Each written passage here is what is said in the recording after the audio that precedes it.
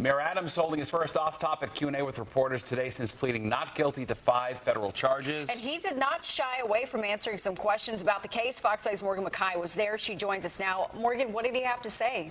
Stephen, Natasha, Mayor Eric Adams confirming that he will be in court in person tomorrow for his next court hearing.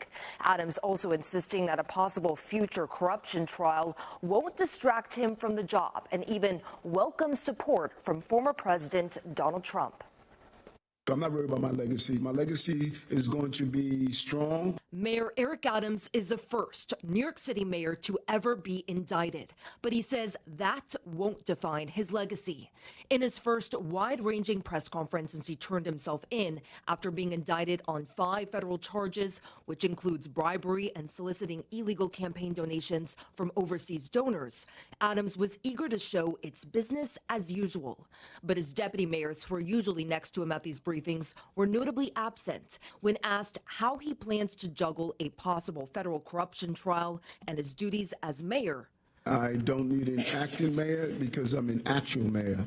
Adams has pled not guilty to all 5 charges, and his lawyer filed a motion on Tuesday asking for sanctions against the Manhattan U.S. Attorney's Office, accusing Justice Department prosecutors of leaking information about the indictment to the press. This is just not right.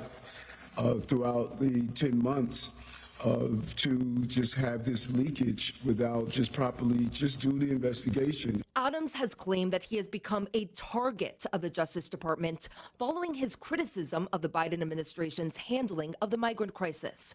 This type of defense has been used by former President Donald Trump, and Trump last week agreed that Adams was being unfairly treated.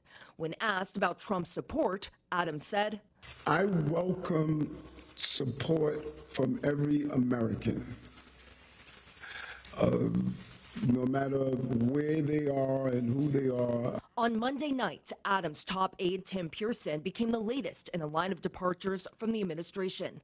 This resignation comes just weeks after federal agents seized cell phones, documents, and cash from Pearson's home.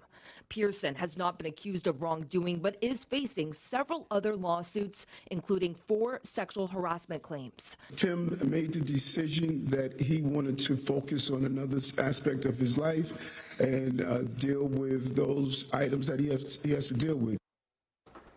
Now, Adams is eager to show that the government is operating as smoothly as possible, and today he nominated Allison Stoddart as his next chief counsel. This follows the resignation of Lisa Zornberg.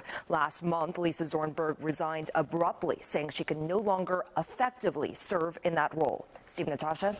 All right, Morgan, thank you so much. And